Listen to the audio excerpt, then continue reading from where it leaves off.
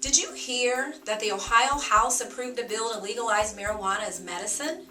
The bill, known as House Bill 523, was introduced in April and is being fast-tracked in hopes of getting it approved by the Senate and then to Governor Kasich's desk by the end of June. Much of the fodder for the bill came from hours of testimony given by citizens all over the state to a 15-member task force.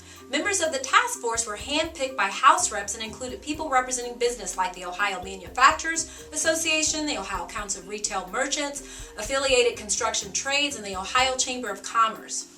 Here are a few general highlights of the House Bill 523 as passed by the House. The bill permits medical use of marijuana, not personal use, and marijuana could be recommended to patients diagnosed with at least one of 18 specific conditions, including cancer, PTSD, epilepsy, and chronic pain.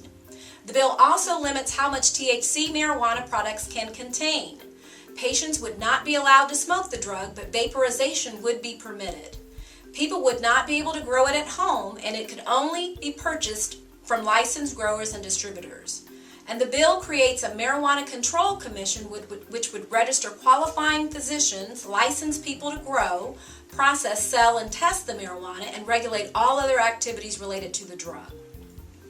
House Bill 523 also addresses some employment issues. For example, employers don't have to accommodate medical marijuana use and are allowed to take adverse action, including firing and refusing to hire people using marijuana as medicine. They can operate a drug-free workplace program and can test for marijuana. And finally, nothing in the bill permits an employee from suing their employer for taking adverse action against their use of medical marijuana. So the goal of the House is to get it signed by June 30th, but there are still a few citizen groups who are collecting signatures to get a Constitution amendment on that November ballot that would legalize marijuana as medicine. It looks a lot different than House Bill 523, so be sure to check the details of that one, especially if you're asked to vote on it in November. We'll give you the details of that one in a future video.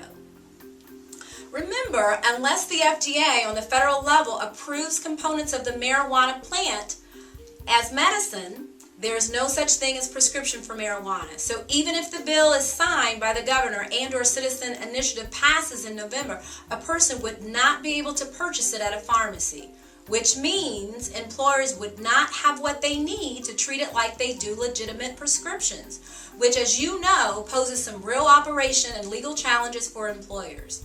The saga continues. Stay tuned.